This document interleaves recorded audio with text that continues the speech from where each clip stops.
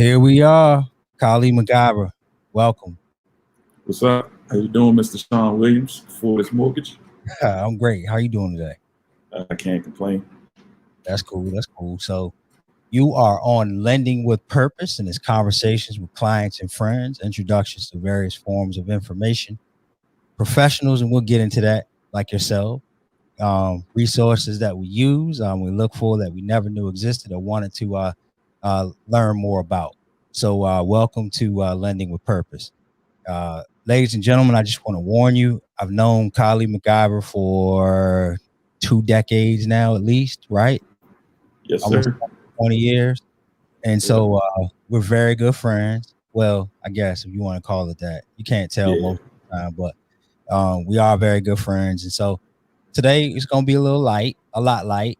And you might hear me joke on him a bit today, and he'll give it right back to me as well. But I appreciate him being on. And so, Kali, just real quick, I was trying to think about what do I talk about to start? And so I actually will give you, I was going to go somewhere else with this, but I'll give you credit for the introductions, because one of my other friends that introduced us to each other, he was on the show. And I remember vividly having a conversation with you afterwards where you gave me a little nudge and was like, yeah, I love the podcast, but it was cool, but the whole time I was thinking, like, are you and such and such gonna be talking about how y'all used to party in college, things that you used to do extracurricular. He's like, you might want to open up with a little story or something like that. It'd be known for having a story, and then you could fill the middle, and then you end with something. And so I'll give you credit for that. I don't really like to give you credit for too much. And no, that's cool. Just a little bit of credit. That's all I've asked for. Just a little bit. Just a little bit. Yeah.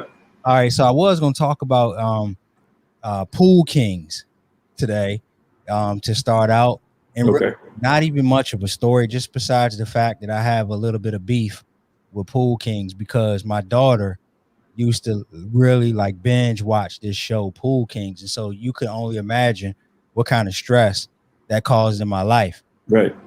With that reality show on HGTV where they come in and they build these big, massive pools for people and stuff. And so naturally, my daughter, all she would ask for, now she asks for a puppy every day. Right. Great. I think. But before, she was asking for this big pool every day, and she didn't realize the value of it. Like, those pools cost $200,000, almost $500,000 in some cases. And so, we'll get into more about, the reality TV and things like that, shows like HGTV, and then how the landscape has changed. But I wanted to kind of talk and bring that little piece of comedy in there, because what you see is not always what you get. And so that's that's what I wanted to open with. So, Kali, again, thanks for joining us. Why don't you tell us, because I won't do that great a job at introducing you. So I prefer you to do it yourself. So tell us who you are and what you do. All right. My name is Kali McIver, originally from Washington, D.C., nation's capital. Moved out to LA about 12 years ago now. So I've been living an LA resident for the last 12 years. I work in the film and television industry. Depending on the show, depending on the job, I'm either an executive in charge, or the company I work for, Magic Lemonade, I'm the head of production. So that basically entails I'm dealing with the budget, dealing with most of the hiring, putting together the crew, dealing with all the logistics for most of the shows. I've done shows with Netflix, HBO, ESPN, HGTV, BET, MTV, Bounce. You name it, I've probably worked on it. Fox, ABC, you name it, I've done it. Man, this is hard for me, man. This is so tough, because I want to just kind of like, come back with a roast of some sort. Yeah, won a couple of Emmys, a couple of Grammys, So what do you do? What do producers do? I just told you. So basically, like I said, my main role now is I put together the budget for the project generally. Mm-hmm. It kind of depends. I mean, depending on the network, sometimes they'll give us the parameters of the budget. Yes. And then, I have to work within the budget to figure out where everybody fits in. That's from the director to the PA to catering, to how much travel we have to do, the venue, whether it's a union job, whether it's non-union job. It's a lot of moving parts with a Wow. TV show, production show. Yeah. Yeah, and to fit everything into that budget too as well. Yeah. So when we decided that you were gonna come on and do the show, I was thinking about because there's a lot of people that look at TV, like these people are on TV and it's all glamorous and I want to do this. This should be my life. You specialize though largely in reality stuff, right? It's not like motion picture. Mainly I've moved away from reality. I mean, mainly I'm kind of doing more comedy specials and award shows. Like I've done the last 4 Dave Chappelle specials. We do the Trumpet Awards. We do ABFF honors. We have another show I can't talk about yet. It's an award show that's coming up in the fall. But yes, I've kind of moved away from the reality stuff. And like I said, it's mainly comedy shows, award shows. Got it. So help me, the folks that listen, because I have realtors that, are in our community that watch this show and participate in that. We actually do business with too at Fortis Mortgage. And I often hear people talk about how they really want to be on HGTV, like doing a house hunters thing or whatever it might be. Can you give us a glimpse as to what goes into this? Because I've had some people that actually get nominated and they bring full crew to work, house, house and such, and they never get on TV. That's the thing.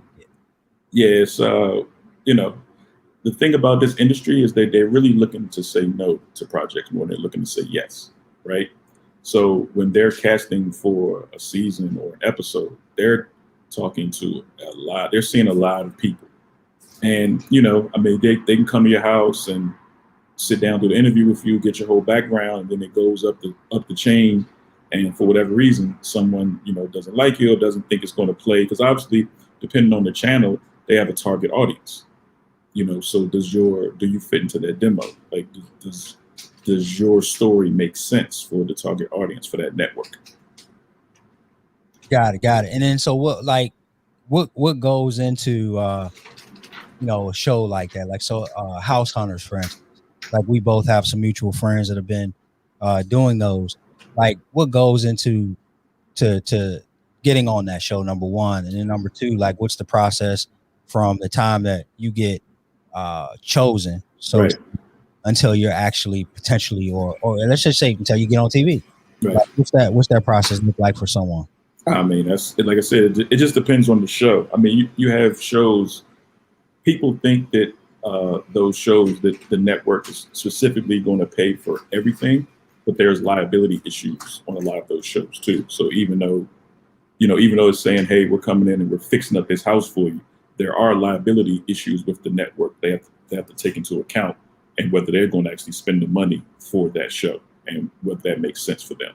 Because again, it is someone's house or something. It's like there's any issues down the line, the network doesn't necessarily want to be held responsible for those issues. Got it. So look, how did you get into this world?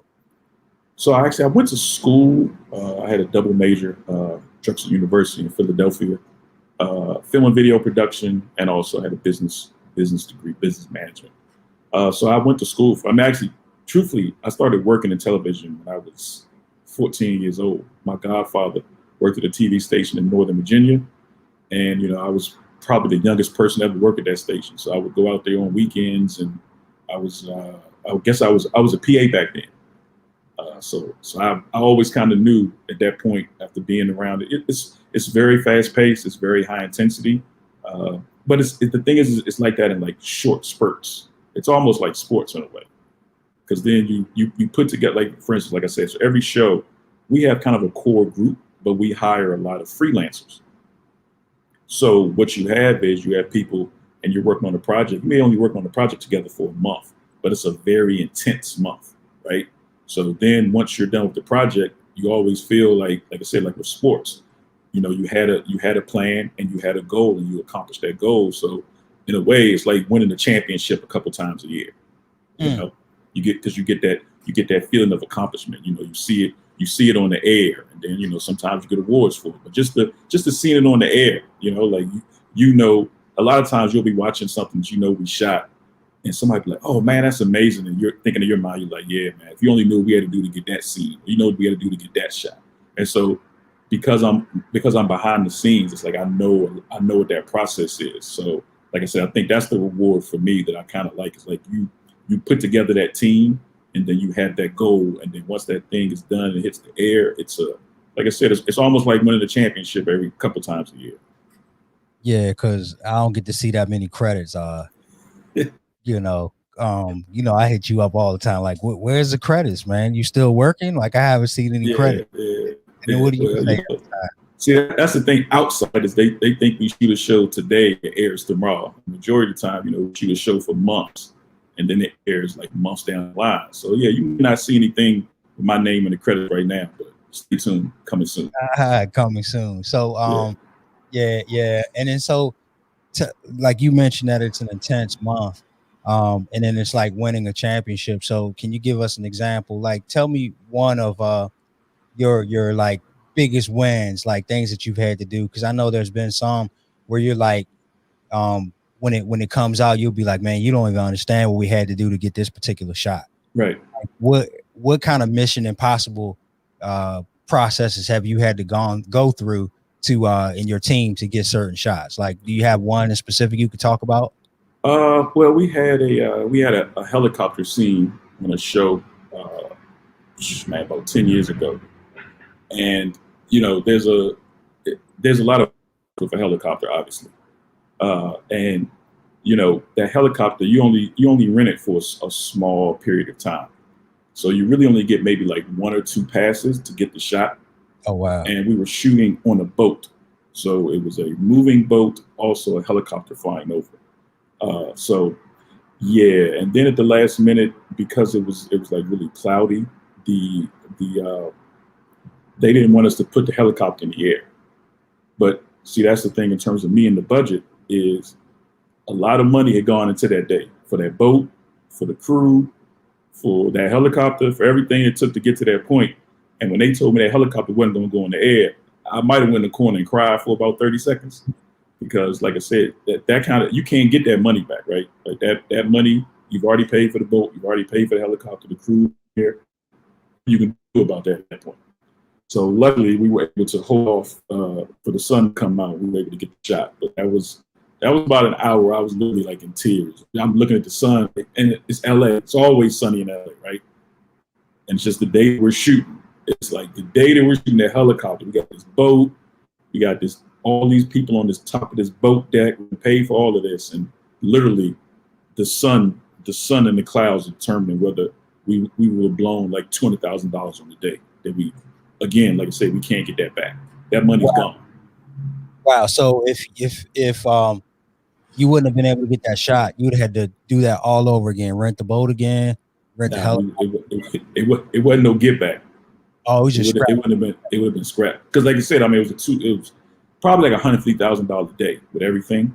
Wow. So like, there's no like, oh, here's $150,000, here's an additional $150,000. Like that would have just been.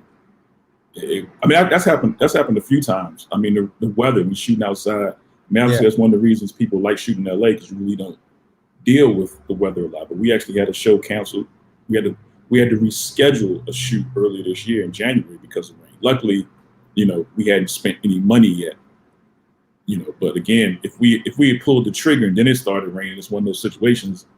Once it starts raining and you spent that money, like you can't tell the vendor, hey, don't charge us for this camera gear for the day. Can you move it to the next day? We're gonna shoot it in 2 weeks. Like that's not how it works. You got to pay them. Wow. All right. So look, we're gonna switch gears. You've been working from home. Yes, sir. You've been traveling a lot through the pandemic, like more than most, and I know you've been real careful with it. But there was a time where things slowed down, and you weren't doing. Your industry wasn't doing a whole lot, like by way of normal activity, right? So what's that been like? Because we are talking about home ownership and lending with purpose and things like that, but what's that been like working from home? Number one, a lot. Number two, how has your industry adapted to this pandemic? Like tell us about that. Yeah, well, I mean, when the pandemic hit, the industry pretty much shut down for 3 or 4 months. I mean, only things that were really being shot were, news programs and those kind of things. And they had like special privileges. Even you had to have like a special media badge that allowed you to even travel during that time. Like if they pulled you over, you had to show them your media badge. So our industry was pretty much shut down for 3 or 4 months. And then when we first started coming back, it was a lot of filming on StreamYard and Zoom and a lot of that kind of stuff. And that, that got us through. That got people back to work. But obviously that takes away from what we do. That takes away a lot of the creativity that you can have when it's that. So yeah, early like September last year was kind of the first time that we actually went back on the road and started shooting again. And it was, I had been in the house for 6 months. So someone telling me all these things we had to do about masking, and I was going to get I've been tested before, but I had been tested, they were doing swabs in the mouth. But before you go on set, you had to do that PCR test, which is that nasal swab. And that initial nasal swab, they were sticking that thing up to your brain. So I was like, yeah, I don't know. We might have to hold off on production for a while because it ain't worth that nasal swab. But yeah, so we figured it out. I mean, we had epidemiologists who, gave us the game plan. Like this is the kind of everybody knew social distancing, but we work in an industry where it's a lot of close quarters. A lot of people, working closely with each other. So we had to figure out the spacing. We had to figure out, could we cut some bodies in a couple of places, and would that hurt the crew? And then something as simple as meals. Like mainly we do buffet meals for crew. So we have a caterer come in, and it's, whatever, chicken, rice, steak, and vegetables. And that's what it is. And, you just walk up and down, you just scoop up your plate. But obviously because of COVID, we couldn't do that. So something as small as the meals became a big deal in terms of reopening, because now everything had to be individually packaged. Everything had to be individual meals.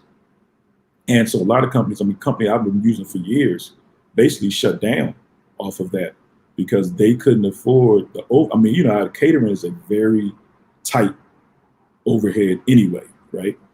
But now with them not being able to just make 20 pounds of chicken and just have people go down the line, and now having to individually package that chicken, that cost made it cost prohibitive for them to even stay open. Something, like I say, something as simple as the meals every day became a really big deal for what we were doing. Got it. And then, but it looks like too that you all have been traveling to folks' houses, and you're like actually playing on their field as opposed to them coming into yours, so to speak. Like, parts of the set. Like I've noticed some of the things that you allegedly have been a part of.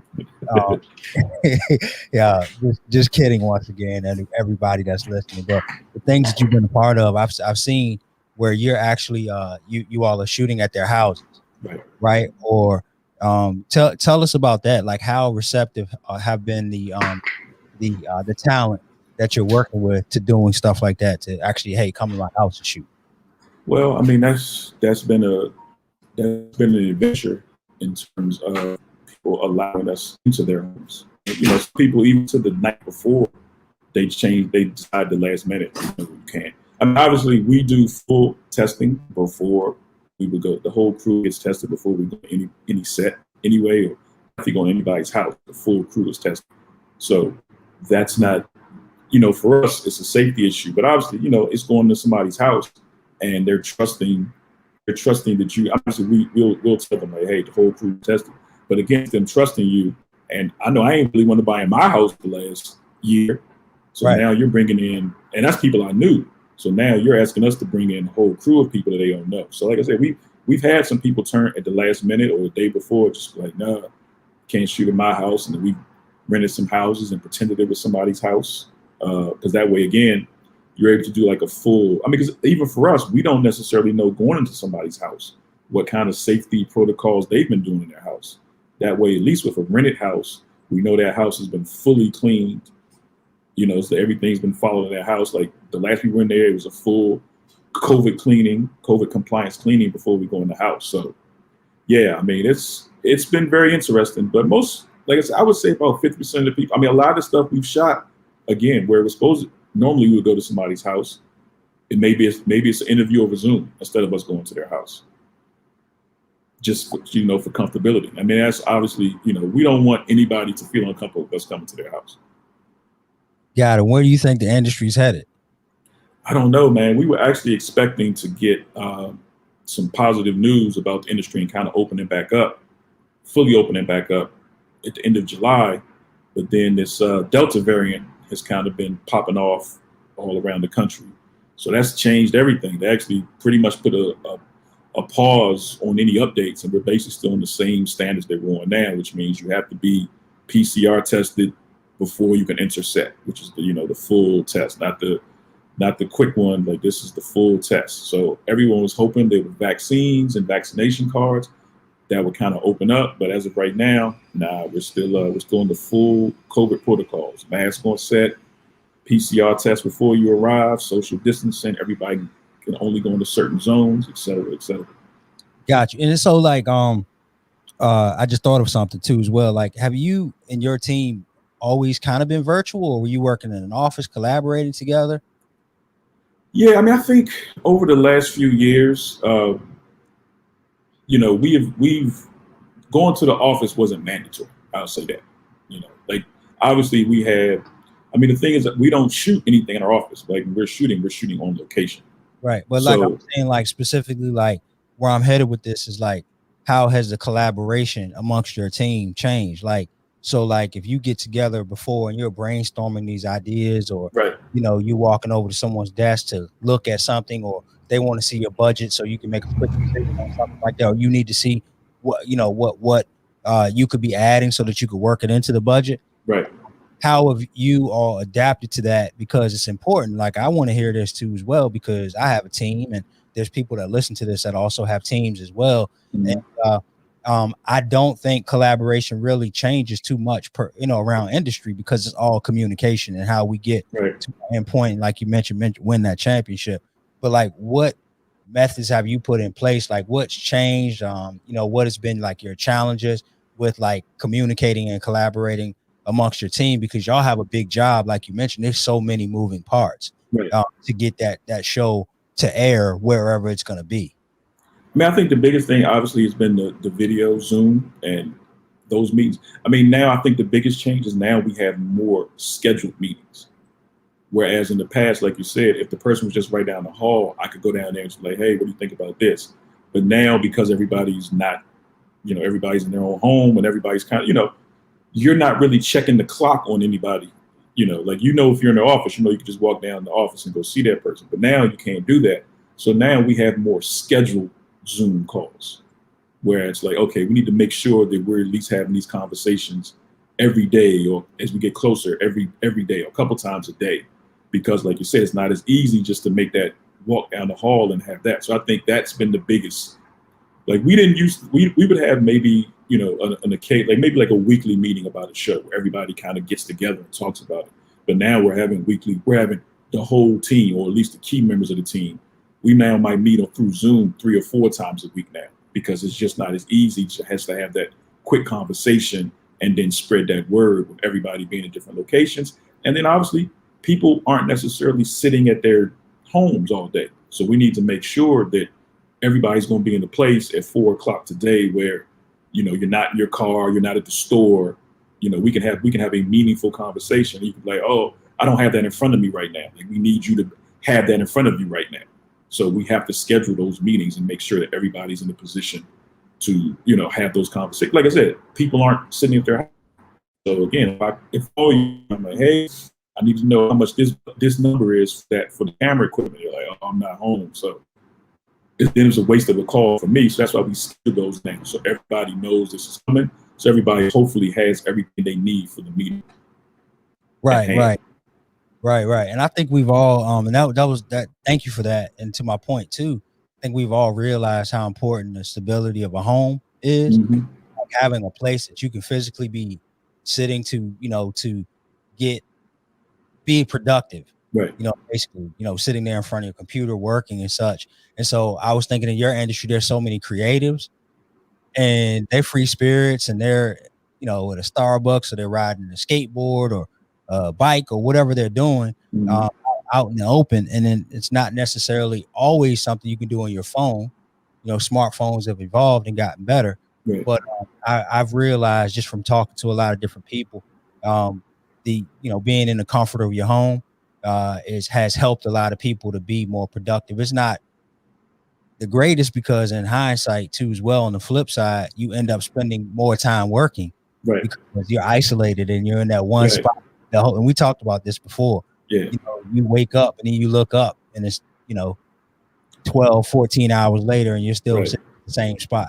No, you definitely feel like, when you knew you had to commute to work, and I mean, I don't know, I never really liked this anyway, but I feel like people really feel like they don't really start work until they actually get to work. Whereas now from home, you wake up, you check your email, and you're in work mode as soon as you wake up. I mean, I was pretty much like that anyway, but I know a lot of people are saying that they feel like I'm working as soon as I wake up, so I get in my bed, because you kind of don't have the excuse of, oh yeah, I was sitting in traffic. Like everybody knows you're not sitting in traffic. Everybody knows that you're available pretty much now. Like no one has the excuse of I was doing something. I was here. I was there. Like you're home. We know you got a smartphone. We know you got an iPhone. You saw that email. You saw that text. Let's get working on this. Let's get working. So last couple questions and then I'll let you go. This whole thing, what we were doing with Lending with Purpose, wasn't even called anything way back when the pandemic started, was really about like me pulling the network together.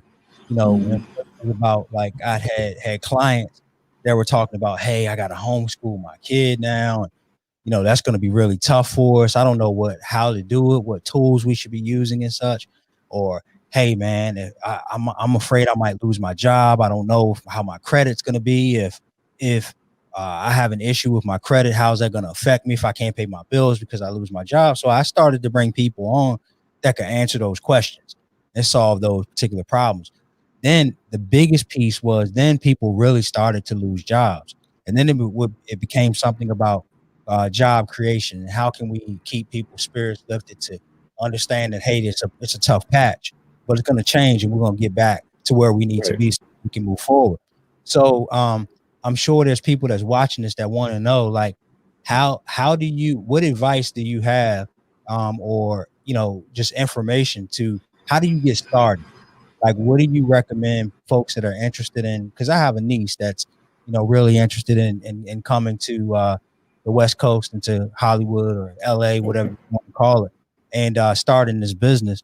What would you tell her that she needed to do to get started? Every business is a relationship business. This business, more than any other business, is a relationship business. So I would tell anyone that wants to get in this industry, be around as many people in the industry as possible. Like if you can call your local film office and find out if there's a music video being shot, if there's a movie being shot, and reach out. You can volunteer, but just being around it is the only way you really can get into it. Like I have friends all the time who tell me, yeah, I want to move out to LA, but I want to wait until I have a job or something. It's like this industry, unless you're moving to like a corporate, specifically a corporate job, it's not really like that, because there are 5,000 people out here who want that exact same job.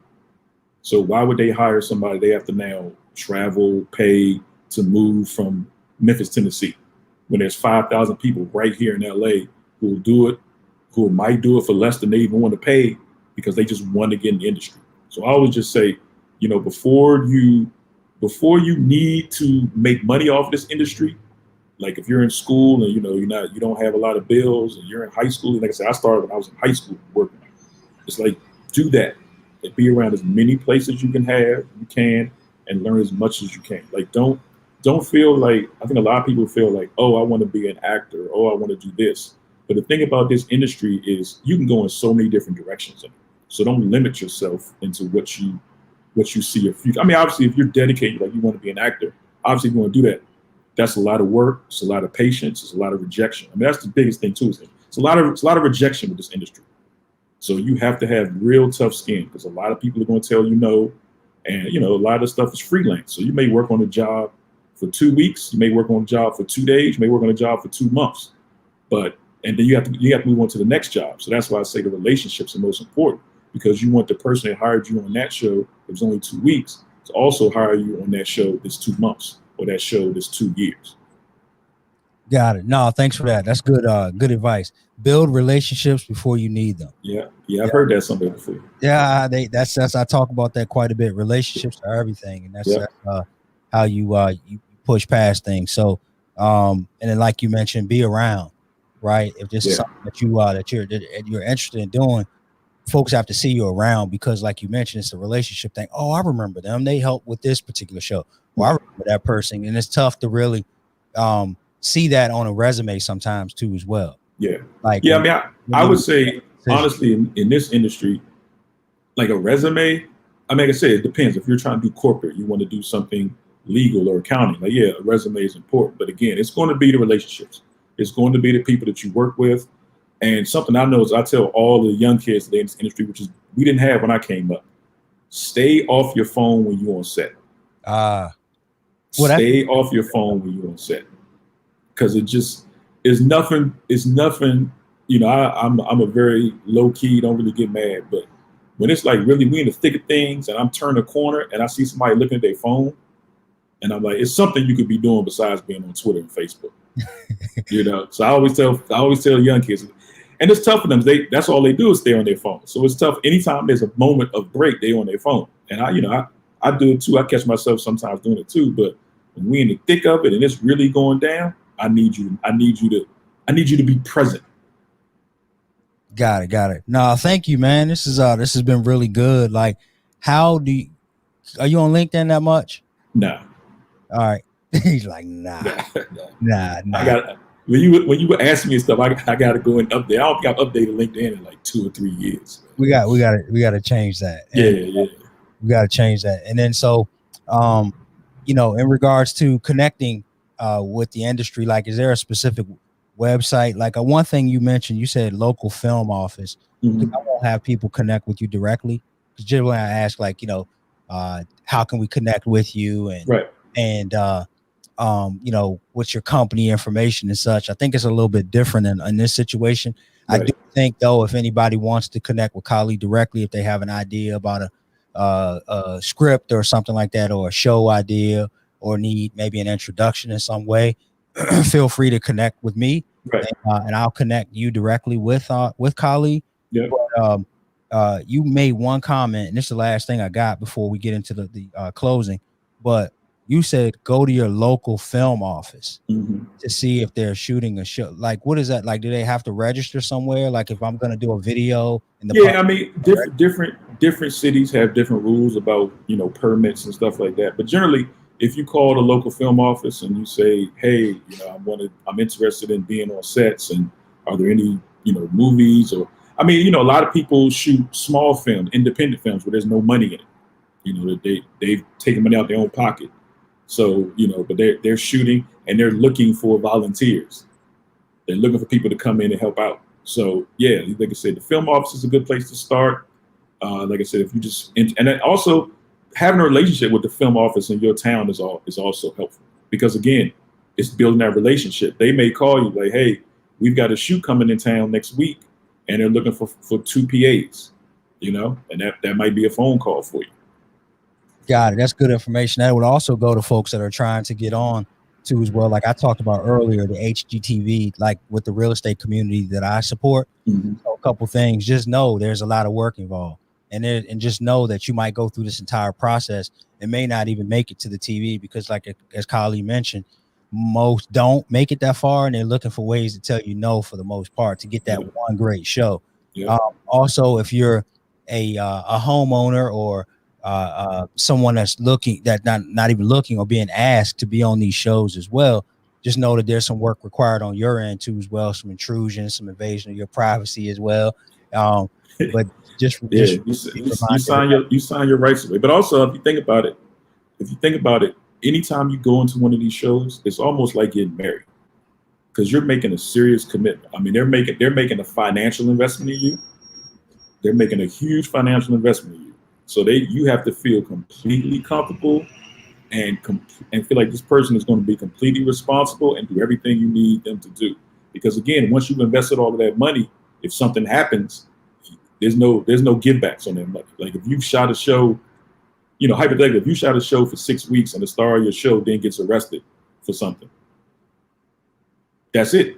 Yeah, there's no get back on that, man. So again, it's almost like a marriage. I mean, it's a commitment to cast somebody for a show, and that's what they do. That's why they do background checks and psychological checks on people before they get in those shows, because it is a huge financial and time commitment.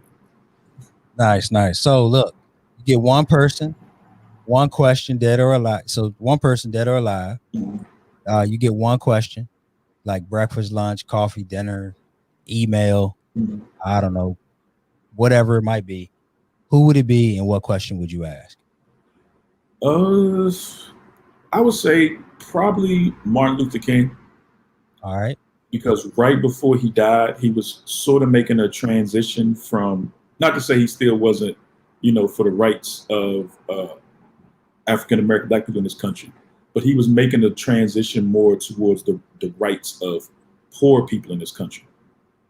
And I think he could have been the person that could have united across all racial color lines and barriers, maybe, possibly, I ain't gonna say 100% certain, and realized that a lot of the infighting between the different communities is supported by is supported and loved by the upper class, because it doesn't allow the poor people and the people that need the most help and can use some help, doesn't allow them to unite.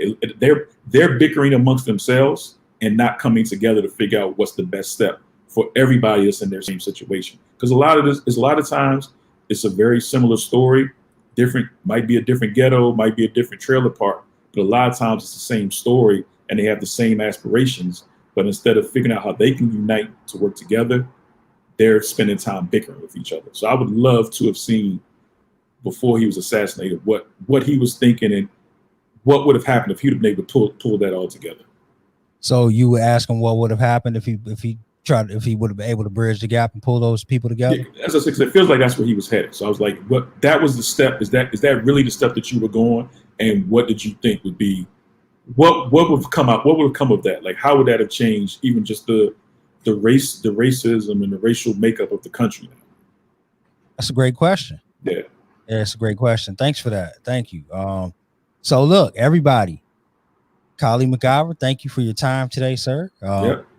Been a part of Lending with Purpose. We appreciate that. Like I say, every single week, if there's anything that I can do to help anybody, I surely will. Be ashamed to have these relationships in the network and not be able to connect you with these professionals and resources. Big part of today's conversation, building relationships build them before you need them. And then we'll see you next week. Actually, speaking of relationships, Kali, one of your good friends that you introduced me to, she's going to be doing, I'm going to see how it plays out next week, but we got playing a little DJ set, playing some music and stuff. And I'll be asking a few questions about some of the things that she does too as well. So I appreciate you connecting with her. Yeah. Everybody, thanks again. We'll see you next week. Kali, just hang on with us 1 second as I close out. But thank you for your time today, sir. No problem. Thank you. All right.